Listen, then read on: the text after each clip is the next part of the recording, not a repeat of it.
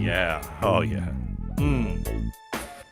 Now, we got a guy, I think his last name says everything. Peter Sainonge, which I believe is French. Happening. Sexy tax tariff talk. From the Heritage Foundation, a visiting fellow, we have Peter Sainonge. How are you, Peter? I am great. I appreciate that introduction. Yeah. Yes, it is that sexy. Yeah, no, I know. Everybody says it. So without getting it too steamy in here, let's go over the tariffs, because I've always been against tariffs. However, Right. I might be wrong. Donald Trump is making a good case when he's talking about getting rid of the income tax, because tariffs will raise the prices of things, especially if he does it the way he's talking about doing it. But if he is getting rid of or lowering the income tax to, 10%, it's such a boon for the economy that we could make up that deficit and become a very powerful nation again.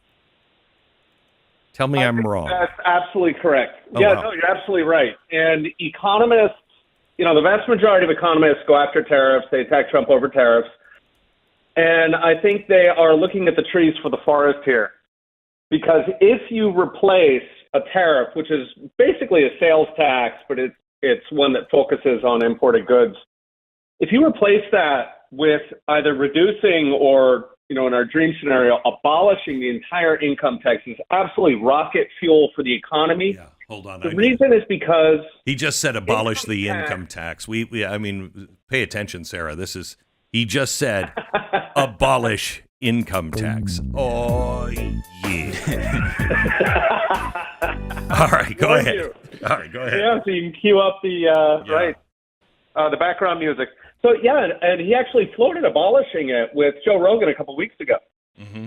He had been going after, he said, no tax on tips, and then no tax on overtime, no tax on first responders, no tax on Social Security. And it was kind of like he was really flirting with just breaking up with the income tax altogether. And when he was on there with Rogan, that's exactly what he did. He said, maybe we should go back to the 1800s when, that was before we had an income tax. It was also before we had a Fed. And back then, the federal government had to live off tariffs. And that was the greatest period, not only of economic growth, but of cultural achievement. It is astounding everything Elon Musk does was invented in the 1880s. Mm-hmm. Computers, magnetism, rockets, Hyperloop. Every single thing came out of there. It was really the golden age of humanity. And the key there was that we did not have an income tax. We did not have a regulatory state. We did not have a Fed. So if Trump can take us back there and all we have to do is like an 8% sales tax on Chinese stocks, that is the deal of the century. Okay, so let's go over who pays the tariffs, American companies or the foreign country? Interestingly, during Trump's first term, he put tariffs on China, and China actually paid about 80% of those. So it would issue subsidies to Chinese exporters so they could maintain market share and keep their prices low. So the Chinese government paid the tariffs. If he does it again, he's talking about hitting China with something like 60% tariffs, and then between a 10 and 20% tariff for everybody else. Now, given Trump's style, he is not going to come in and do that across the board. He's going to come in and use that as a club. Right, so the Europeans specifically, they act like a fortress. They are brutal to outsiders. If you want to export to Europe, they put you over a barrel. Oh. You remember a couple of years ago with Brexit, The first thing the European Union did was sat them down and said, nice economy you got here, be a shame if something happened to it. We're going to need a payment from you every single year. It is literally the mafia. They do that to Norway, Switzerland. All these countries have to fork over billions of dollars to get access to the European market. Now, imagine if we did that. Imagine if we call up Mexico or Canada. We say, hey, listen, we got this beautiful economy. You guys are selling into it. Here, why don't you write me a check for $50 billion to keep access? That's exactly what the Europeans do. So the first thing Trump's probably going to do, given what he did last time, is he'll call up Europe and he will do the exact same thing. He'll say, I got a 20% tariff burning a hole in my pocket. I need you to do something for some things for me.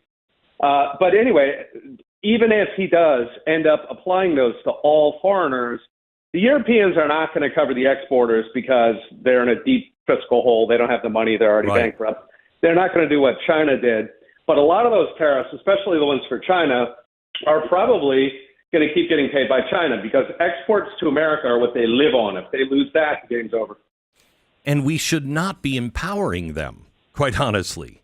Now, here's why I have possibly turned around. I'm willing to listen to tariff talk because in my cute little head, I keep thinking that all of when you have an extra $20,000 or $30,000 that you're pulling in every year, whatever it is you were paying in income tax and everything goes down that's made here in America. If you're not paying that income tax, you have a lot of extra buying power, which means most Americans will spend that, and we'll grow our economy, which will put more taxes. Well, we don't have tax, so that wouldn't work. How does it work when you don't have taxes? Go ahead. Yeah, so just kind of running through the numbers. So the first thing that happens if you get rid of the income tax altogether, so I estimate you get about a 20% jump in incomes in the U.S. So that would be something like $15,000 for a typical family. So that's what you get off the bat. The typical family currently in America pays about $18,000 in income tax. So you save that. And then you knock off about $3,000 for the tariffs. There's a variety of estimates on that, but that seems to be the cluster. So you get a $15,000 raise because the economy is growing faster. You get an $18,000 raise because you don't have to, send your income tax to the government. People don't realize how much they're paying to the government, right? A lot of it is hidden. But at any rate, you've got the what do they call it? Withholding. Yeah. Anyway, so that's 33. You knock off 3 for the tariffs, and you're looking at a $30,000 raise per year, $2,500 a month. Now, currently, the median American take-home is about $58,000, okay, which is about 76 minus the income tax. So you go from taking home 58 to taking home 88, right? That is a massive difference. So that sort of sets the stage. But then next what happens is exactly what you just mentioned. Hold on. You go from 58 to 88. Oh, yeah. Ding dong, pizza delivery man. Anyway. Why is that the part you like so much in his movies? It's interesting what he's excited about. I don't know. Okay. All right, go ahead. All right. So I love it. And it's true. I mean, if you're making 88, you can go to Vegas and things happen in Vegas. Yeah. Right. Yeah. Right. Creating jobs. That's correct. Yeah. Well, and so that's the fun part, right? Is you mentioned earlier that if you're not paying income tax, then production in the U.S. is cheaper. So instead of the Chinese stocks coming in, they used to come in for $6. Now they're coming in at $9. Fine, but China's paying for that, so they're probably still coming in at $6.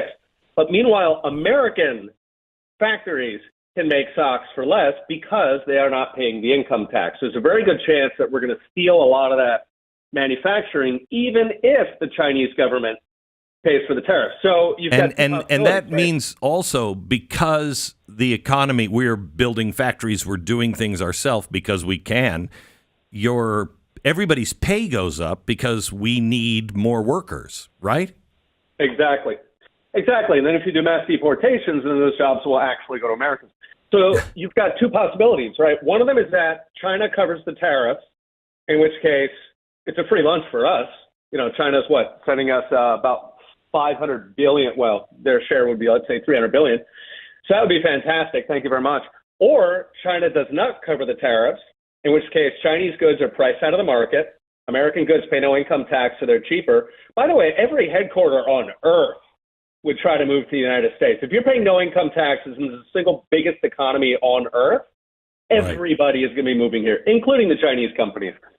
So, the worst case scenario, the Chinese don't cover it, and then they get out-competed, and all those jobs come back to America. And if it's only Americans living here, then Americans are going to be swimming in jobs.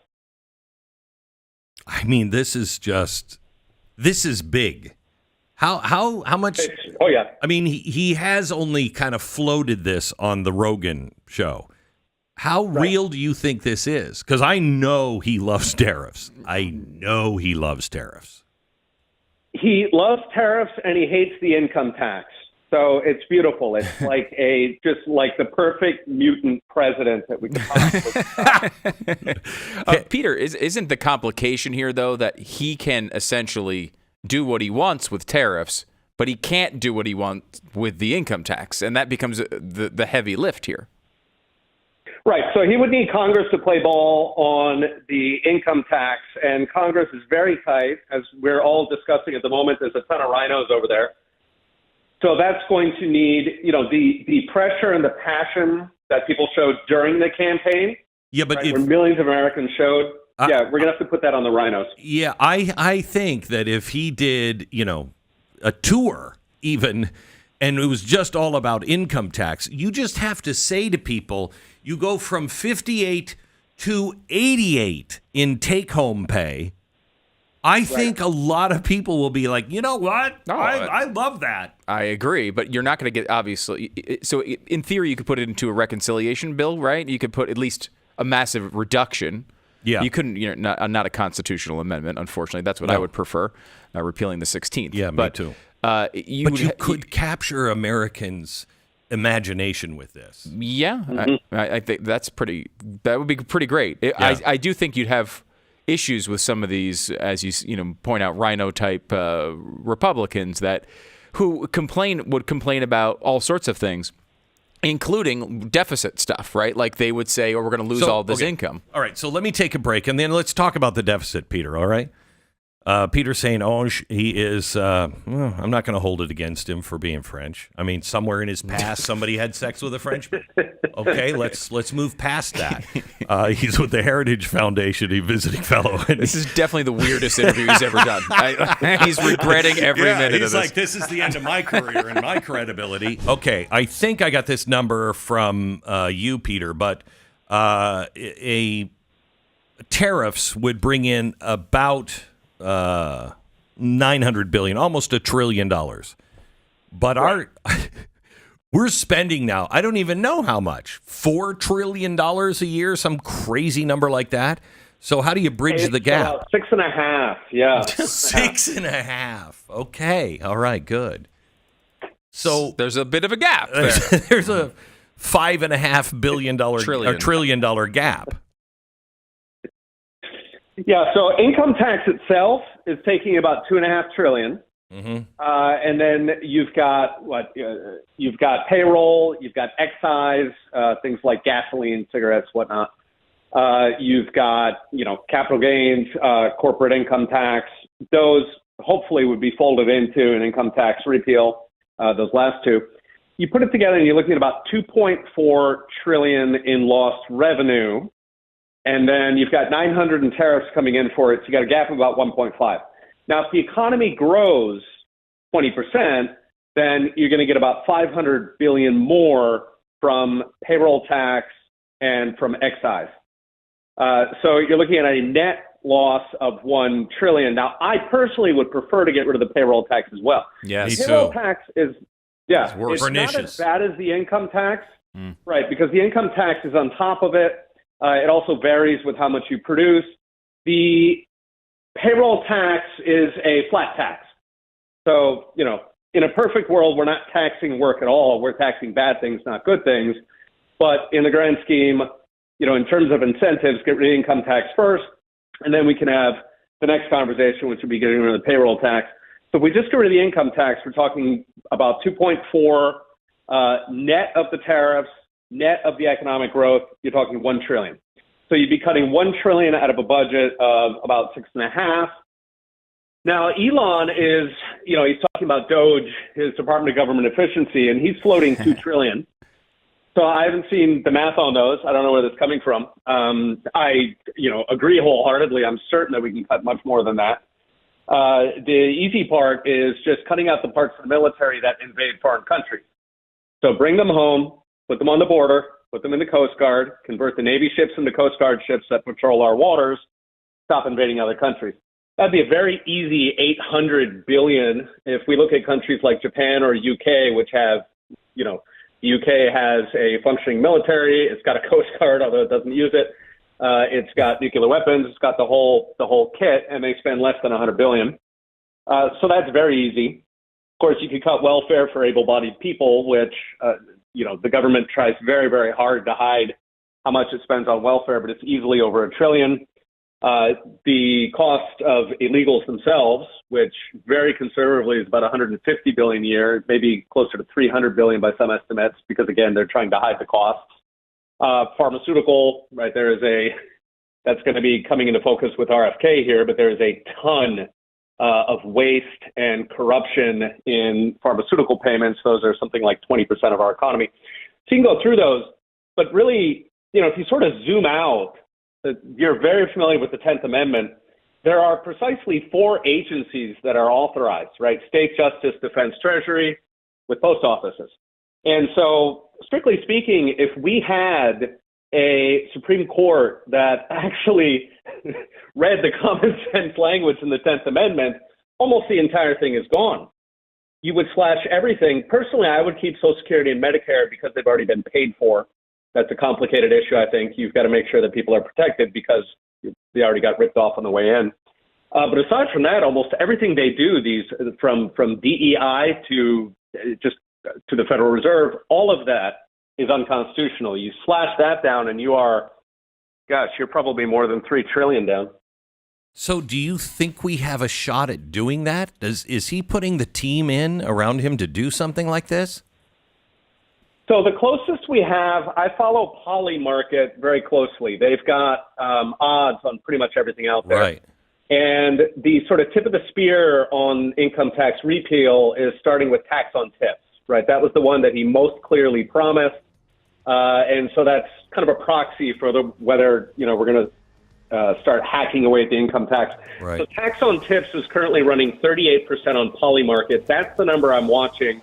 That's encouraging because it means it's not just talk, that, people with capital behind them believe it's real.